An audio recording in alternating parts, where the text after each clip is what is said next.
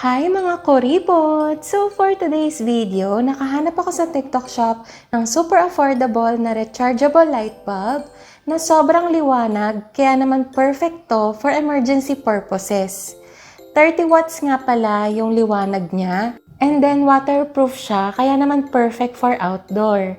Dito naman banda yung kanyang saksakan ng pang-charge, USB Type-B yan, and then meron na siyang hook na kasama, kaya naman pwede mo siyang isabit kahit saan.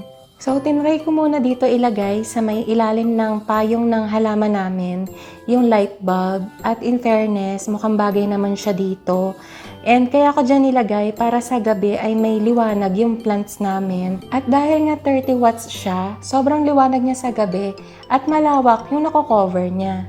And then tinry ko pa nga siya sa loob ng bahay namin.